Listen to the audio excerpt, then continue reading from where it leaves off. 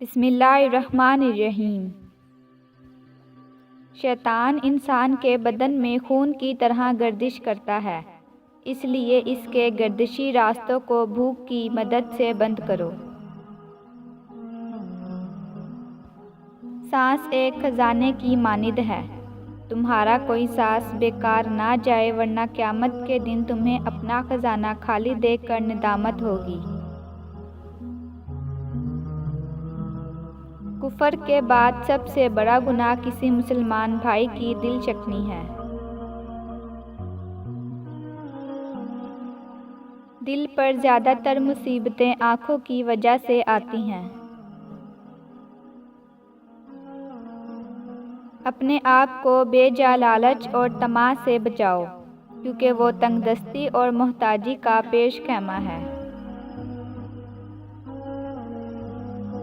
جو شخص اپنی آنکھ کی حفاظت نہیں کرتا، اس کا دل بے قیمت ہو جاتا ہے۔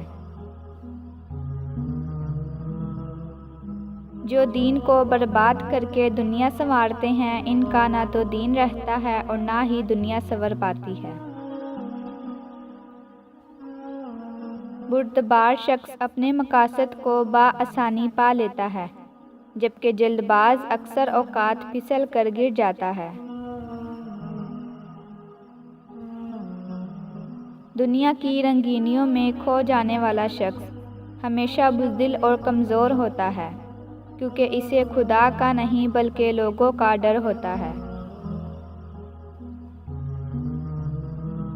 حسد سے دل اندھا ہو جاتا ہے، یہاں تک کہ اللہ تعالیٰ کے کسی حکم کو سمجھنے کی صلاحیت ختم ہو جاتی ہے۔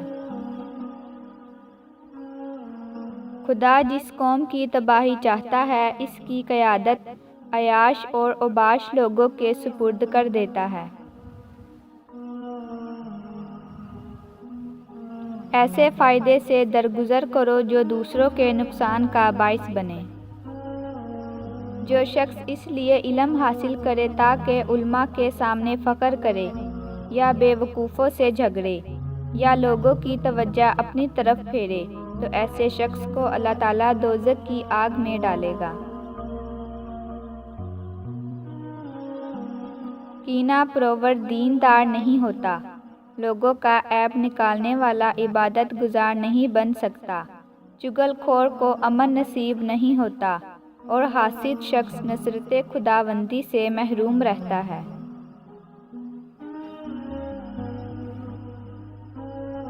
لمبی امیدیں اور بے جا خواہشات نیکی اور اطاعت کے راستے میں رکاوٹ ہیں، نیز ہر فتنے اور شر کا باعث ہیں۔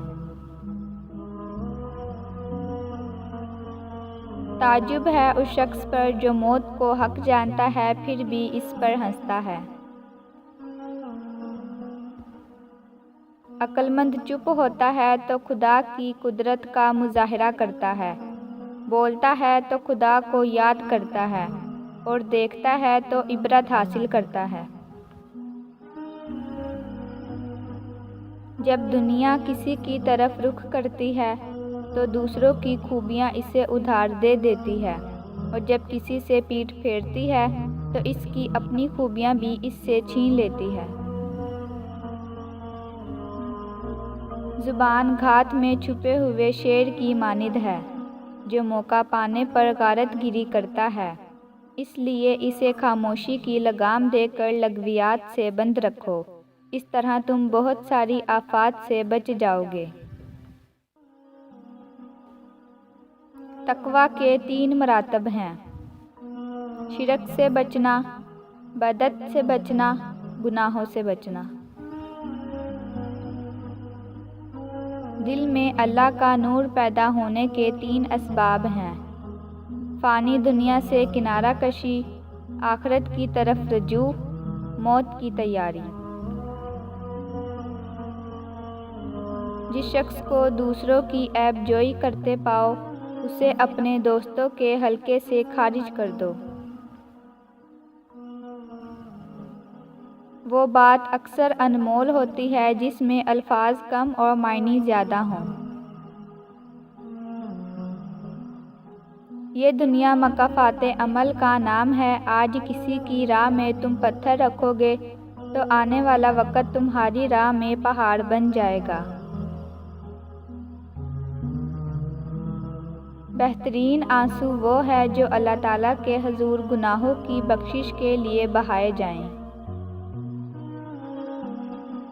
قلم، قسم اور قدم ہمیشہ سوچ سمجھ کر اٹھاؤ۔ دل کو قابو میں رکھنا اور اختیار ہونے کے باوجود ناجائز خواہشات پر عمل نہ کرنا ہی اصل مردانگی ہے۔